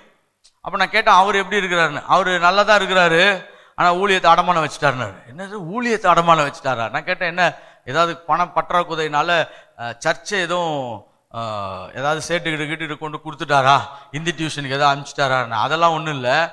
அவருக்கு கொஞ்சம் பணம் தேவைப்பட்டுச்சு. என்னன்னா கொஞ்சம் தனிப்பட்ட குடும்பத்தில் ஒரு தேவை. அதுக்கு என்ன பண்ணியிருக்கிறாரு, ஒரு சகோதரர் வந்திருக்காரு, நான் உங்களுக்கு ஹெல்ப் பண்ணுறேன் அப்படின்னு வந்திருக்காரு. உடனே இவர் சரின்னு இருக்காரு. அவர் என்ன சொல்லியிருக்காரு, நான் உங்களுக்கு குடும்பத்துக்கெல்லாம் ஹெல்ப் பண்ணுறேன், ஆனால் உங்கள் ஊழியத்தில் நான் பைபிள் ஸ்டடி எடுக்கணும்னு இருக்காரு. பைபிள் ஸ்டடி தானே நீங்கள் எடுங்கன்னு இருக்காரு. கடைசியில் பார்த்தா அவர் 7th day Adventist. இப்போ உதவியும் வாங்கியாச்சு, பைபிள் ஸ்டடிக்கு ஓகே ஆயிடுச்சு, நிப்பாட்ட முடியல. அதை தான் என்ன சொல்ல வராங்கன்னா, ஒரு சின்ன உதவிக்காக இப்போ ஊழியத்தை என்ன பண்ணியாச்சு, அடமானம் வச்சாச்சு. இப்போ ஸ்மித் விகில்ஸ்வர்த் என்ன சொல்றாரு, முழு பிரான்ஸ் தேசத்தை எனக்கு கொடுத்தாலும் எனக்கு உள்ள இருக்கிற ஆவியானவர் 5 நிமிடம் என்னோடு இருப்பது அதற்கு ஈடாகாதுன்றார். ஏன்னா இந்த உள்ளே இருக்கிற பரிசுத்த ஆவியானவர், we carry the divine essence. நாம் இந்த மண் பாண்டங்களிலே மகிமையை சுமந்து கொண்டிருக்கிறோம். என்றைக்கு இந்த மாபெரும் உணர்வு வருகிறதோ அன்றைக்கு தான் இயேசு சொல்ல வந்தது புரிகிறது. அல்லேலூயா. நான் போகிறது உங்களுக்கு என்னவாயிருக்கும், அது பெரிய புரோஜனமாயிருக்கும். அல்லேலூயா. நான் போகாதிருந்தால் தேற்றவாளன் உங்களிடத்தில் வரார். பாருங்க, பழைய ஏற்பாட்டில் கூட இதற்கு ஈடான ஒரு சம்பவங்கள் இருக்குது. நீங்கள் ஆசாரியன் மேல அந்த எண்ணெய் ஊற்றுவதற்கு முன்பாக, நான் இப்ப அந்த டீட்டெயிலுக்குள்ளெல்லாம் போக முடியாது, பரிசுத்த ஆவியானவருக்கு அடையாளமாய் அபிஷேக எண்ணெய் ஊற்றுவதற்கு முன்பாக ரத்தம் சிந்தப்பட்டு அந்த ரத்தம் ஆசாரியன் மேல் என்ன பண்ணப்பட வேண்டும், பூசப்பட வேண்டும். கரெக்டா? நீங்க அது ஒரு பலியா இருந்தாலும் சரி, அதன் எண்ணெயை எப்போ ஊத்துறதுக்கு முன்னாடியோ அங்கே பலி செலுத்தப்பட்டு அந்த ரத்தம் சிந்துதல் இல்லாமல் அதற்கு மேலாக அபிஷேக எண்ணெய் ஊற்றப்பட முடியாது. அதை தான் இயேசு சொல்ல விரும்புகிறார். நான் மரித்து ரத்தம் சிந்தின பின்பு உங்களுக்கு ஒரு தேற்றவாளன் அனுப்பப்பட போகிறார். ஹல்லேலூயா. The very essence of God. ஆனால் தான் இயேசு இதை நித்தியமான பிரயோஜனம் உள்ள காரியமாய் அவர் சொல்லுகிறார். இயேசு சொல்ல வந்த இன்னொரு காரியம் என்னவென்று சொன்னால், the very DNA of God, தேவனுடைய அந்த அந்த அந்த சுபாவமும் அந்த தன்மையும் அந்த ஜீவனும் உங்களுக்கு பரிசுத்த ஆவியினால் உள்ளே கொடுக்கப்பட போகிறது. இதுதான் நம்ம சொல்றோம், the mark or the proof of the Holy Spirit. எபேசியர் 1ஆம் அதிகாரம் 13ஆம் வசனத்தை வாசிக்கும் பொழுது இங்கே திருச்சபைக்கு பவுல் என்ன ஞாபகப்படுத்துறார் பாருங்க. எபேசியர் 1ஆம் அதிகாரம் 13ஆம் வசனத்துல, நாம் பரிசுத்த ஆவியினால் நீங்கள் என்ன பண்ணப்பட்டிருக்கிறீர்கள்? முத்திரை போடப்பட்டிருக்கிறீர்கள். ஹல்லேலூயா. பரிசுத்த ஆவியால் அவருக்குள் முத்திரை போடப்பட்டிருக்கிறீர்கள். 13ஆம் வசனத்தினுடைய பிற்பகுதி, you have been sealed by the Holy Spirit. அப்படி என்றால் இது ஏதோ ஒரு நம்ம லெட்டர்லாம் போட்டு கடைசியில் அதுக்கு மேல சீல் வைப்பாங்க பாருங்க, அது கிடையாது. We have a eternal mark of God's very nature imprinted into us. எப்படி?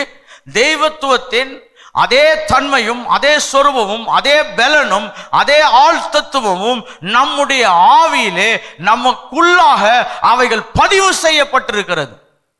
இதை நான் சற்று விளக்குவதற்கு நான் ஆதாம் உடைய வாழ்க்கையில நடந்த சம்பவங்களை உங்களுக்கு சொல்ல விரும்புகிறேன். ஆதாம் he actually born backward. அவன் பிறந்த பொழுது மகா பரிசுத்தமாய், அப்படி எப்படி இப்ப அவனுடைய ஆவியும் பரிசுத்த ஆவியும் எந்த விதமான தடையை இல்லாமல் இயங்கிக் கொண்டிருந்தது. ஹல்லேலூயா. He is a spirit being and the Holy Spirit and that means God can really communicate without any disturbance. அவனுக்குள்ளாக இருந்த ஆவியும் தேவனுடைய ஆவியும் எந்த விதமான பிரச்சனை இல்லாமல் இயங்கிக் கொண்டிருந்த காலம்தான் அந்த ஏதேன் தோட்டத்திலே பாவத்துக்கு முன்பாக. ஆனால் அந்த பாவம் செய்த பொழுது he born backward. அவன் பின்னாக பிறக்கப்படுகிறான். அவன் என்ன பண்ணுகிறான்? பின்னாக பிறக்கப்படுகிறான். அப்படி என்றால் இப்பொழுது அந்த பிசாசினுடைய சுபாவத்தை உடையவனாய் மாறி விடுகிறான். இப்ப அந்த பிசாசினுடைய சுபாவம் இவனுக்குள்ள என்ன பண்ணிடுது? நிலைப்பட்டு விடுகிறது. அதை தான் நீங்கள் ரோமர் 6ஆம் அதிகாரம்லாம் வாசிக்கும் பொழுது பாவ சுபாவம் என்று சொல்லுகிறோம். பாவ சுபாவம், that means sin nature has been imprinted. ஹல்லேலூயா. பிறக்கிற எல்லாமே தேவனுக்கு விரோதமாக சிந்திக்கிறவர்களாய் செயல்படுகிறவர்களாய் பிறக்கக்கூடிய தன்மையிலே உடையவர்களாய் மாறுகிறார்கள். இதான் சொல்றோம் ஜென்ம சுபாவம் இல்ல ஜென்ம பாவம் என்று சொல்லுகிறோம். இங்கிலீஷ்ல இதுக்கு இன்னொரு வேர்டு ஒரிஜினல் சின் ஆர் ஆடமிக் நேச்சர் என்று சொல்லுகிறோம். ஆதாமுடைய சுபாவம். அப்ப அவன் பின்னாடி போகும் பொழுது அவனுக்கு என்ன உண்டாகிறது? பிசாசுடைய சுபாவங்கள் இவனுடைய சுபாவத்தோடு என்ன பண்ணுகிறது? அது இணைக்கப்படுகிறதாய் மாறுகிறது. இன்றைக்கு உள்ள சயின்ஸ் டெக்னாலஜில நம்ம சொல்றோம் பாருங்க, DNA. அப்படி என்றால் ஒவ்வொரு அணுக்கள் நிர்ணயிக்கக்கூடிய அந்த வித்துக்கள் இல்லாவிட்டால் அதனுடைய நிலைகள் DNA சொல்றோம் பாருங்க, அதுல ஏதோ ஒரு மாற்றம் வந்தது. அது பிசாசுனுடைய மாற்றத்துக்கு உட்பட்டதாய் மாறுகிறது. இப்ப born again, அவன் பின்னாக பிறந்தான். இப்ப முன்னாக பிறக்கும் பொழுது அப்படின்னால் மறுபடியும் தேவ ராஜ்யத்தில் அவன் பிறக்கும் பொழுது இப்பொழுது என்ன சீலிங் என்ன என்று சொன்னால், ஆவியானவர் உள்ளே வரும் பொழுது தேவத்துவத்தின் எல்லா மகத்துவங்களும் மறுபடியும் மனிதனுக்குள்ளாய் பதிக்கப்படுகிறது. ஹல்லேலூயா. Again we get the imprints of God. தேவனுடைய மகத்துவங்கள் எல்லாம் மறுபடியும் நமக்குள்ளாய் என்ன பண்ணப்படுகிறது? பதிக்கப்படுகிறது. அப்ப இதுல என்ன நடந்துச்சு என்ற அந்த ஒரு விஷயத்தை நான் சொல்ல விரும்புகிறேன் பாருங்க. மனிதன் பாவம் செய்த பொழுது முதலாவது நடந்த விஷயம், பரிசுத்த ஆவியானவர் அவனிடத்திலிருந்து விலகி போனார். There is a withdrawal of the Holy Spirit. That is what we call it as fall. நீங்கள் விழுந்த நிலை என்று சொல்லி ஒரு நிலையை நீங்கள் சரியாக விளக்க வேண்டும் என்று சொன்னால், பரிசுத்த ஆவியானவர் அவனோடு இயல்பாக சுலபமாக இயங்கக்கூடியவராய் இருந்தவர் அந்த இடத்திலிருந்து அவர் விலக்கி கொண்டார். ஹல்லேலூயா. There is a withdrawal of the Holy Spirit. அப்ப அவன் மறுபடியும் ரட்சிக்கப்படும் பொழுது ஆவியானவர் மறுபடியும் அவனுக்குள்ளாய் வரும் பொழுது இப்ப மறுபடியும் அந்த ஏதேன் தோட்டத்திலே ஆதாம் பரிசுத்தமாய் உருவாக்கப்பட்ட அதே நிலைக்கு மறுபடியும் அவன் மாற்றப்படுகிறவனாய் இருக்கிறான். Now that the sealing of the Holy Spirit happens again.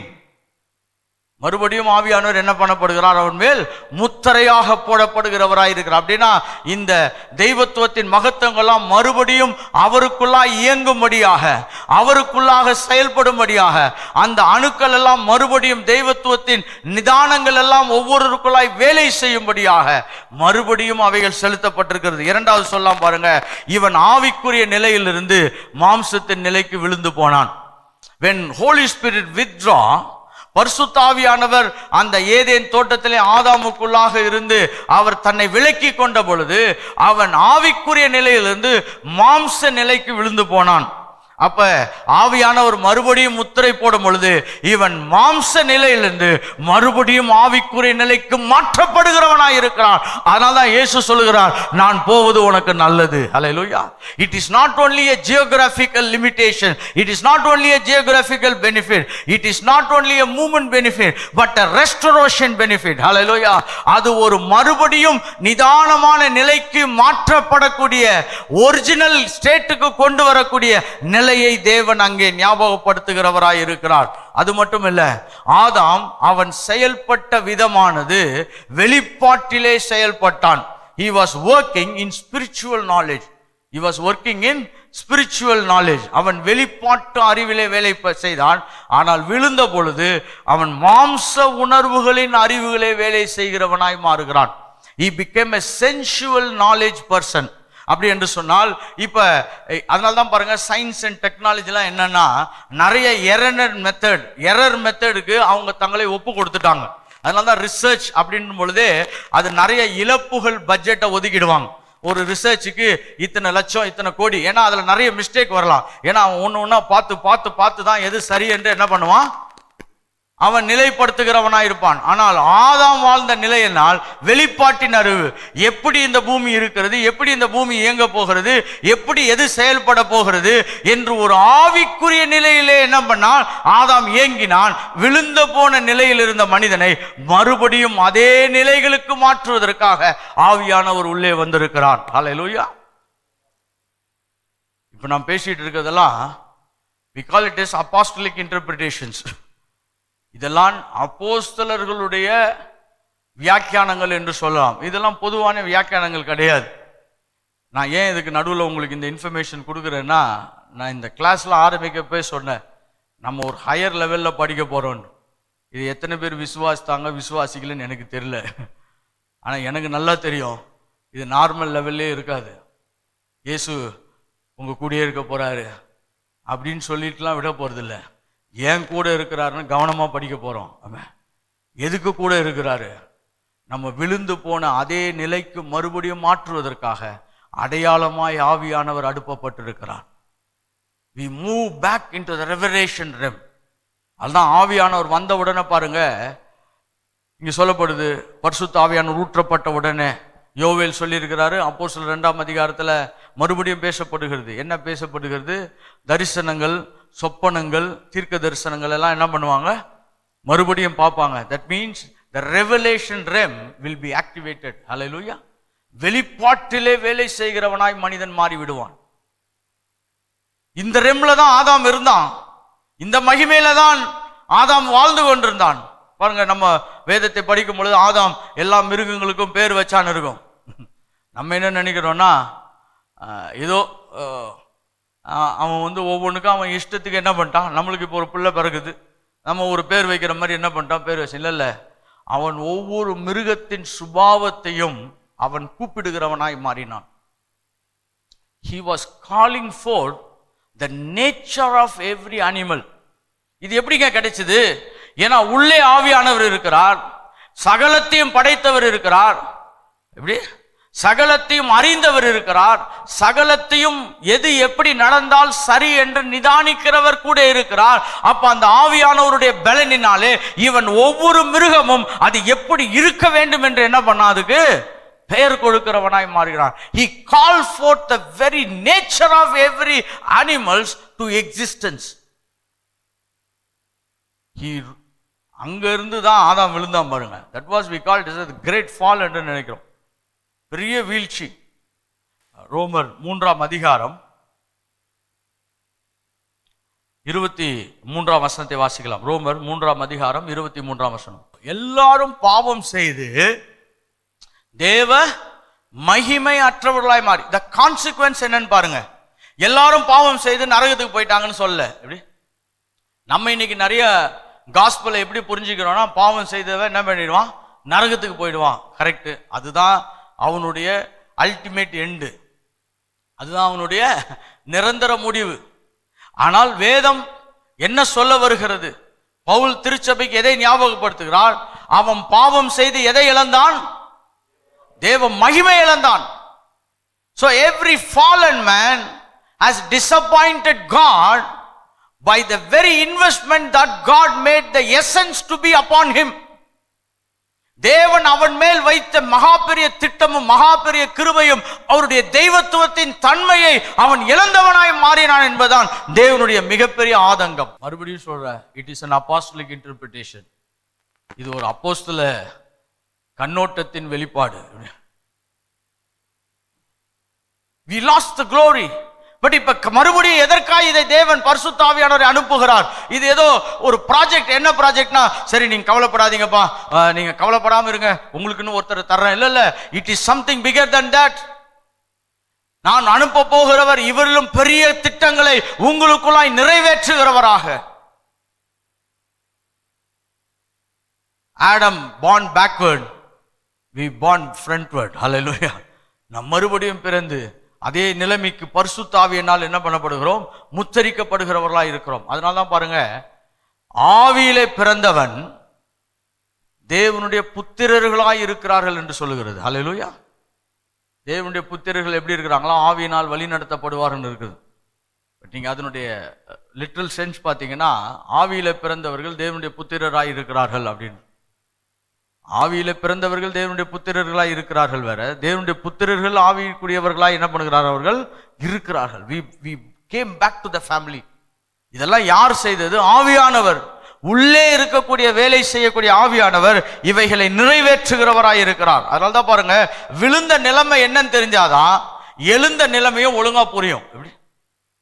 if we don't know the fallen situations, we don't know what is coming back. இன்னைக்கு நாம் விழுந்த நிலைமையை சற்று ஆவியானவர் புரிய வைக்க முயற்சி செய்து கொண்டிருக்கிறார். நம்ம எங்க விழுந்தோம், இப்ப ஆவியானவர் உள்ள வருகிறதுனால அவர் சொல்றார் பாருங்க, மறுபடியும் அந்த மகிமைக்கு நேராக கொண்டு வருவதற்காக ஆவியானவர் உள்ளே வந்திருக்கிறார். ஹல்லேலூயா. ரொம்ப ரொம்ப அவசியம். அதான் அந்த ஹோலி ஸ்பிரிட் முத்திரையாய் இருக்கிறார்னா, சும்மா ஏதோ நம்ம இப்ப முத்திரைன்றதை எங்க பார்ப்போம்னா, போஸ்ட் ஆபீஸ்ல பார்ப்போம், எப்படி லெட்டர் மேல ஒரு சீல் அடிப்பாங்களே, அதெல்லாம் கிடையாது. அதை விட தாண்டி பழைய நிலைமைக்கு அதே பரிசுத்த ஆவியானவர் ஆதாமுக்குள்ளாக எப்படி தெய்வத்துவத்தின் மகத்துவங்கள் எல்லாம் உள்ள வச்சிருந்தாரோ அதே நிலைமைக்கு மறுபடியும் நம்மளை கொண்டு வருவதற்காக. இப்ப இதுல ஒரே ஒரு பிரச்சனை தான். இப்ப தெய்வத்துவத்தின் மகத்துவங்கள் எல்லாம் எங்க எப்படி இருக்குதுன்னு கேட்டீங்கன்னா, அங்கதான் ஒரு சின்ன, நம்ம எல்லாருக்குமே ஒரு முடிச்சு இருக்குது. அதையும் ஆவியானவர் உதவி செய்வார். the sealing or the mark or the redemptive divine approval is invisible. இது காணப்படாத நிலையில் இருக்கிறது. அங்கதான் ரொம்ப முக்கியமானது. காண்கிற நிலையில் இருந்ததுன்னா நம்ம உடனே சொல்லிடலாம், ஆமா நான் தேவனுடையவன், தேவன் எனக்குள்ளா இருக்கிறார், தேவன் எனக்குள்ளா இயங்குகிறார்லாம் இமிடியேட்டா சொல்லிடலாம். But in the realm of the spirit it is invisible. இதை தேவன் ஆவியிலே நிறைவேற்றி இருக்கிறதுனால அது காணப்படாத நிலையில் இருக்கிறது. அதனால்தான் காணப்படாத நிலையில் இருக்கிற உண்மைகள் எல்லாம் புரிந்து கொள்வதற்காக தான் இந்த வேதம் நம்ம கையிலே கொடுக்கப்பட்டிருக்கிறது. Hallelujah. It is the truth. இது சத்தியம். இதில் சொல்லப்பட்டதெல்லாம் சத்தியம், இதில் எழுதப்பட்டது சத்தியம். இதை புரிந்து கொள்வது அந்த சத்தியம் அவனை விடுதலையாக்கும். ஏனென்றால் every truth is in the invisible realm, so we have it on the written realm, on the visible realm, so that the invisible realm can be accessed. Hallelujah. அது காணப்படாத நிலையில் இருக்கிறது. அந்த காணப்படாத நிலையில் இருக்கிற சத்தியத்தை நாம் புரிந்து கொள்வதற்காக காண்கிற நிலையிலே ஆவியானவர் நமக்கு அநேக பரிசுத்தவான்களை வைத்து வேதத்தை எழுதி கொடுத்திருக்கிறார். இதை நாம் படிக்கும் பொழுது காணாத நிலையில் இருக்கிறவைகளை நாம் புரிந்து கொள்ள கர்த்தர் உதவி செய்கிறவராய் இருக்கிறார். So word is a bridge between the visible and invisible. எழுதப்பட்ட வசனமானது காணப்படுகிறதையும் காணப்படாததையும் இணைக்கக்கூடிய பாலமாய் இருக்கிறது. ஹல்லேலூயா. உள்ளே ஆவியானவர் இந்த விழுந்து போன நிலைமையிலிருந்து மறுபடியும் ஒரு மகிமையான நிலைகளுக்கு எடுத்துட்டு வருவதற்காக கொடுக்கப்பட்டவராய் இருக்கிறார். இந்த வசனத்தை வாசிக்கலாம். ஆவியானவர் நமக்கு உதவியாளராய் இருக்கிறார் என்று சொல்லி 3 வசனங்களை வாசித்துட்டோம். யோவான் 14ஆம் அதிகாரம் 16ஆம் வசனம், யோவான் 14:26, பின்பு யோவான் 16ஆம் அதிகாரம் 7ஆம் வசனம். இப்ப 4வது வசனமாக யோவான் 15ஆம் அதிகாரம் 26ஆம் வசனத்தை வாசிக்கலாம். நான் சொன்ன பாருங்க, இந்த 3 அதிகாரத்திலும் ஆவியானவரை குறித்து இயேசு ரொம்ப திட்டமும் தெளிவுமாக தன்னுடைய சீஷர்களுக்கு என்ன பண்றாரு, அவர் விளக்கி கொண்டிருக்கிறார். யோவான் 15ஆம் அதிகாரம் 26வது வசனம், பிதாவினிடத்திலிருந்து நான் உங்களுக்கு அனுப்ப போகிறவரும் பிதாவினிடத்திலிருந்து புறப்படுகிறவருமாகிய சத்திய ஆவியாகிய தேற்றவாளன் வரும்பொழுது அவர் என்னை குறித்து என்ன பண்ணுவார், சாட்சி கொடுப்பார். ஏன்னா இப்போ நான் உங்களுக்கு எவ்வளவு சொன்னாலும் நீங்க நான் மாம்சத்தில் இருக்கிற இயேசுவை தான் நீங்க என்ன பண்றீங்க, புரிஞ்சுக்க விரும்புறீங்க. என்னை குறித்து ஆவிக்குரிய நிலையிலும் என்னென்ன சாட்சிகள் இருக்கிறது, நான் வந்தது, நான் வாழ்ந்தது, நான் மரிக்க போகிறது, நான் ரத்தம் சிந்த போகிறது, பின்பு பாதாளத்துக்கு இறங்கி போகிறது, பின்பு பரமேறுகிறது, பின்பு அங்க இருக்கக்கூடிய ஆசரிப்பு கூடாரத்திலே உங்களுக்கு கிருபாதார பலியாக ரத்தத்தை தெளிப்பது, பின்பு பிதாவினுடைய வலது பார்சத்தில் உட்காருவது, இப்படிப்பட்ட அநேக ஆவிக்குரிய காரியங்களை குறித்து உங்களுக்கு என்ன பண்ண போறாரு, அவர் சாட்சி செய்ய போகிறார். So the inner working of the Holy Spirit is the stabilizer of the truth in our life. அதனால்தான் இவருக்கு என்ன சொல்லுகிறான்டா, சத்திய ஆவியானவர் என்று அந்த பேர் கொடுக்கப்படுகிறது. யோவான் 14ஆம் அதிகாரம் 17ஆம் வசனத்தை வாசிக்கலாம் பாருங்க. ஏன் இந்த ஆவியானவரை உதவியாளர் என்று சொல்லிவிட்டு இன்னொரு பதத்தை அதோடு கூட இயேசு விளக்க விரும்புகிறவராய் இருக்கிறார். உலகம் அந்த சத்திய ஆவியானவரை காணாமலும் அறியாமலும் இருக்கிறபடியால் அவரை ஏற்றுக்கொள்ள மாட்டாது. அவர் உங்களுடனே வாசம் பண்ணி உங்களுக்குள்ளே இருப்பதனால் நீங்கள் அவரை அறிவீர்கள்.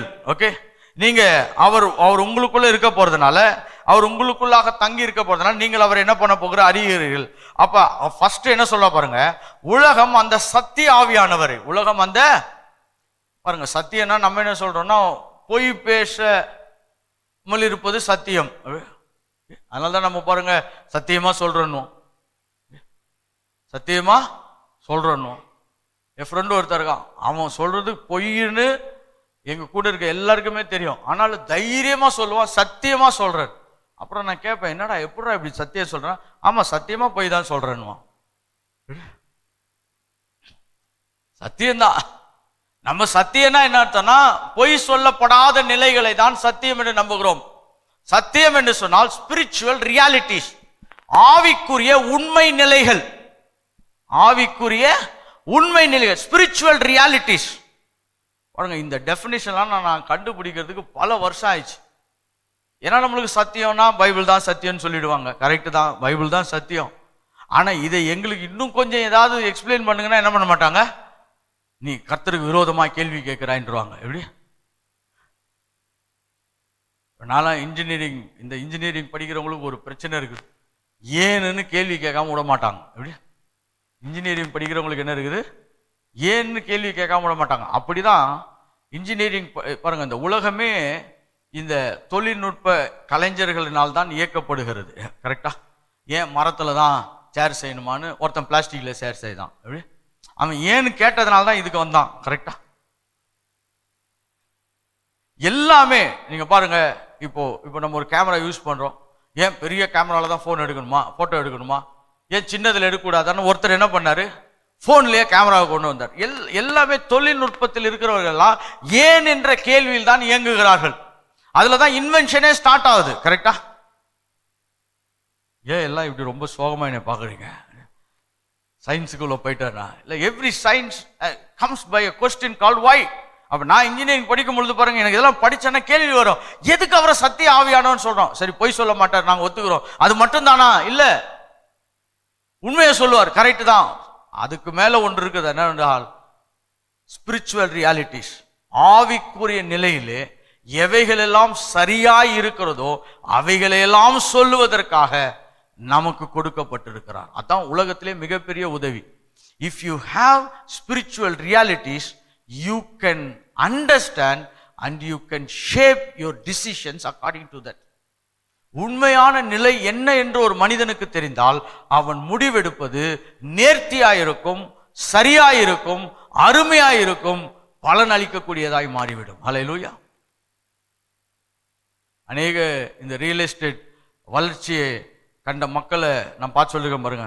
அப்பயே இந்த இடத்துலலாம் 1000 ரூபாய்க்கு இடம் தர்றேன் நானுங்க. எப்படி? நான் வாங்கலை, ஆனா இன்னைக்கு பல லட்சங்களுக்கு போகுதுன்னு ரொம்ப வருத்தப்படக்கூடிய பல ஆயிரக்கணக்கான மக்களை பார்த்துட்டேன். ஏன்னா இந்த ரியல் எஸ்டேட் பூம்லாம் லாஸ்ட் ஒரு 30-40 இயர்ஸ்ல தான் நடந்துச்சு பாருங்க. இப்ப நம்ம என்ன வருத்தப்படுறோம்னா, இந்த உண்மை நிலை எனக்கு தெரியாம போச்சு. தெரிஞ்சிருந்தா நான் என்ன பண்ணுவேன்? நான் கரெக்டா முடிவு எடுத்திருப்பேன். எப்படி? உண்மை நிலை தெரியாததுனால நம்மளால தீர்மானங்களை என்ன பண்ண முடியல, எடுக்க முடியல. அதான் ஸ்பிரிச்சுவல் ரியாலிட்டிஸ். நான் இது வந்து ஒரு எக்ஸாம்பிளா சொன்னேன். அதனால பாஸ்டர் ரியல் எஸ்டேட் பத்திலாம் நிறைய அட்வைஸ் கொடுக்குறான்னு நினைச்சுக்காதீங்க. Just to understand things. நம்மளுக்கு ரியாலிட்டிஸ் தெரியல பாருங்க. உள்ளே இருக்கிற ஆவியானவர் எப்படிப்பட்டவர், ஏன் கொடுக்கப்பட்டிருக்கிறார், எதற்காய் நமக்குள்ளே இருக்கிறார், இப்படிலாம் ஒரு சில விஷயங்கள் தெரியாதனால நம்மளால நேர்த்தியான முடிவுகளையும் அதற்கான நிரந்தரமான தீர்வுகளை எடுக்கக்கூடிய திட்டங்களையும் தீர்க்க முடியாதவர்களாய் இருக்கிறோம். சோ பரிசுத்த ஆவியானவர் என்ன உதவி செய்கிறவராய் நமக்கு கொடுக்கப்பட்டார்? The greatest help is the revealer of truth. Hallelujah. சத்தியத்தை வெளிப்படுத்துகிறவராக. அதனாலதான் மறுபடியும் இதே வார்த்தைகள் 3 முறை பேசியிருக்கிறார் பாருங்க. யோவான் 15ஆம் அதிகாரம் 26ஆம் வசனத்தை வாசிக்கலாம். யோவான் 15ஆம் அதிகாரம் 26வது வசனம். யோவான் 15:26. பிதாவினிடத்திலிருந்து நான் உங்களுக்கு அனுப்ப போகிறவரும் பிதாவினிடத்திலிருந்து புறப்படுவருமாகிய சத்திய ஆவியாகிய தேற்றவாளர். இப்ப என்ன விதமான தேற்றவாளர் என்று சொன்னால், உங்களுக்கு உண்மை நிலையை விளக்கக்கூடிய உதவியாளர். ஹல்லேலூயா. ஏன்னா we are people who live in great deceptions. நாம் மிகப்பெரிய ஏமாற்றமும் மாய்மாலமுமான நிலைகளிலே வாழக்கூடியவர்கள். ஏன்னா நம்ம சென்ஸ் நாலேஜ்ல வாழ்றவங்க. காண்கிறதை பார்த்து, காணக்கூடியவைகளை பார்த்து, உணர்வுகளை பார்த்து, ஒத்த நம்பிக்கைகளுக்கு உடையக்கூடிய வேஷங்களை பார்த்து வாழுகிறோம். ஆனா உள்ளே வரக்கூடிய ஆவியானவர் உண்மைகளை சொல்லக்கூடியவராய், ஹல்லேலூயா, உண்மை நிலைகளை விளக்கக்கூடியவராய் நமக்கு வர இருக்கிறார் என்று சொல்லுகிறார். யோவான் 16ஆம் அதிகாரம் 13ஆம் வசனம். இதுக்கு 3 ரெஃபரன்ஸ் ஒரு கன்சிக்யூட்டா தேவன் பேசியிருக்கிறார் பாருங்க. the truth, the spirit of truth, the spirit of truth என்று சொல்லி மறுபடியும் பேசியிருக்கிறார். யோவான் 16ஆம் அதிகாரம் 13ஆம் வசனம். சத்திய ஆகிய அவர் வரும்பொழுது பாருங்க, everywhere the greatest help the man ever need is truth. உண்மை நிலை என்ன? மனிதனுடைய உண்மையான நிலை. எப்படி தேவனிடத்தில் ஒரு மனுஷன் வர முடியும்?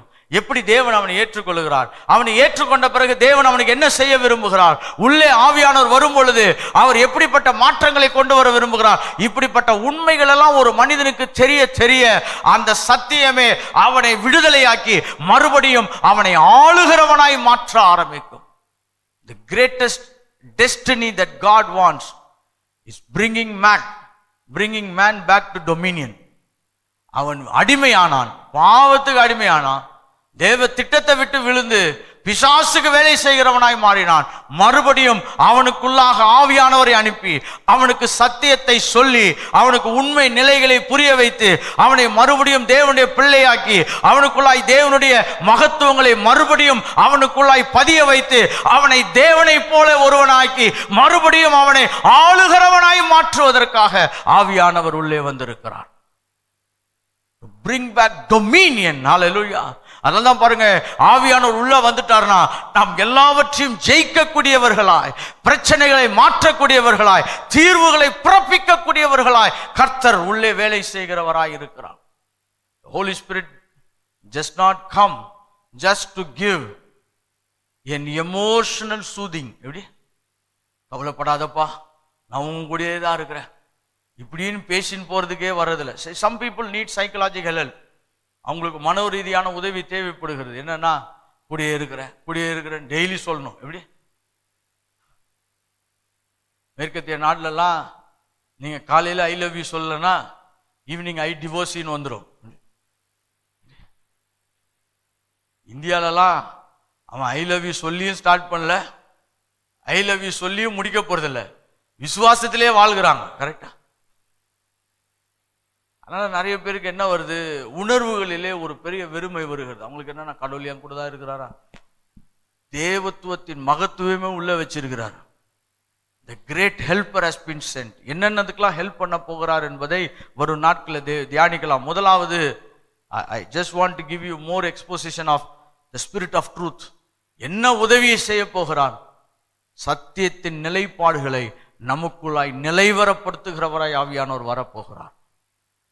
When we know the truth, we will overcome every deceptions. எல்லா ஏமாற்றங்களும் எல்லா மாற்றப்பட்ட நிலைகளையும் சரிப்படுத்துகிறவர்களாய் நாம் மாறிவிடுவோம். Hallelujah. We know how to rectify, we know how to restore, we know how to domain the concepts of God on this earth. இதெல்லாம் ஒரு பெரிய திட்டம். இந்த திட்டத்துக்காக தான் ஆவியானவர் நமக்காய் அனுப்பப்பட்டிருக்கிறார். ஹல்லேலூயா. அவர் நிச்சயமாய் நம்ம உணர்வுகளையும் பலப்படுத்துகிறவராய் இருக்கிறார். நாம் சோர்ந்து போன பொழுது, நாம் மனமுடைந்த பொழுது நமக்கு ஆறுதலை தருகிறவராமா இருக்கிறார். ஆனா அது மட்டும் இல்ல, he is standing with us so that we will see the purpose, the intent and the plan of God being executed. Hallelujah. அவர் ஏன் கூட இருக்கிறார்? நமக்கு உதவி செய்து நம்முடைய உணர்வுகள், நம்முடைய பிரச்சனைகள், நம்முடைய பற்றாக்குறைகள், நம்முடைய அவமானங்கள், நம்முடைய தீர்க்க முடியாத பிரச்சனைகள் எல்லாம் தீர்க்கிறவராக இருந்தாலும் அதற்கு மேலாக ஒருபடி கூட இருக்கிறார். என்னவென்று சொன்னால், அவருடைய தீர்மானம், அவருடைய எதிர்பார்ப்பு, அவருடைய எண்ணங்கள், அவருடைய வழி நடத்துதல்களை நாம் நிறைவேற்றுவதற்காக தேவன் நம்மோடு கூட இருக்கிறார். ஹல்லேலூயா. நாம் அப்படியே எழும்பி நிற்போம். ஒரு சில நிமிடங்கள் நாம் செபிக்க போகிறோம். ஹல்லேலூயா. தேவன் நம்மை இம்மட்டும் இந்த சத்தியங்களை புரிந்து கொள்ள உதவி செய்தார் என்பதை குறித்து நான் ரொம்ப சந்தோஷப்படுகிறேன். உங்களுக்கும் அது பெரிய பிரயோஜனமாயிருக்கும் என்று நம்புகிறேன். பாருங்க, நம்ம இந்த இடத்துல வர்றதனுடைய நோக்கம், நாம் இப்படியே இருக்கிற நிலைகளில் இல்லாதபடி அடுத்த பரிமாணங்கள், அடுத்த நிலைகளுக்கு நாம் மாற்றப்படும்படியாக வருகிறோம்.